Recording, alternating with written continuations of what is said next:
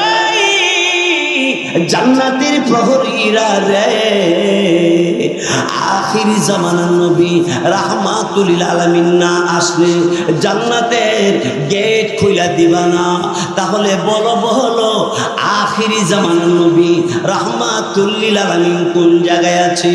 জান্নাতের ভিতর দিয়ে আওয়াজ আসবে, আদু নবী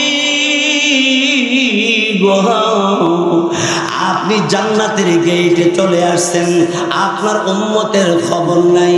নূহ নবী চলে আসছেন, উম্মতের কোনো খবর নাই। ইব্রাহিম নবী চলে আসছেন, উম্মতের খবর নাই।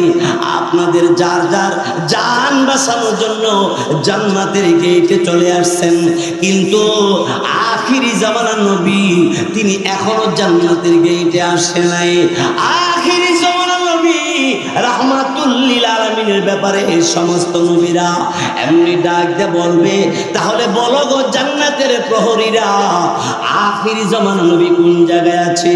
এমন সময় ডাক দিয়ে বলবে জান্নাতের ভিতর থেকে, আদম নবী আপনাদের সকলকে বইলা দেয় আখিরি জামানার নবী রাহমাতুল লিল আলামিন তিনি একটা দৌড় মারে, ফুল চারাটির ফুলের গুড়ায় দাঁড়াইয়া সালামকে বলবে, আদম নবী আপনি মুরব্বী, পৃথিবীর জমিনের সর্বপ্রথম আপনি গেলেন। নবী গো, আপনি ডাক দিলে মনে ভালো হয় দরওয়াজা খুলে দিবে, আমরা সব নবীরা জান্নাতে ঢুকবো। এমন সময় আদম আলাইহিস সালাম বলবে, জান্নাতের ভিতরে কারা গো? জান্নাতের ভিতর থেকে আওয়াজ আসবে, মান আনতা ওয়া মা ইসমুকা, কি নাম, কে আপনি? আমার নাম আদম নবী। ও আপনি আদম আলাইহিস সালাম বলা হয়, ডাকতেছেন কেন? আদম নবী বললেন, এই জান্নাতের ভিতরে যারা আছো গো, জান্নাতের গেট একটু খুইলা দাও না, আমি জান্নাতে ঢুকবো।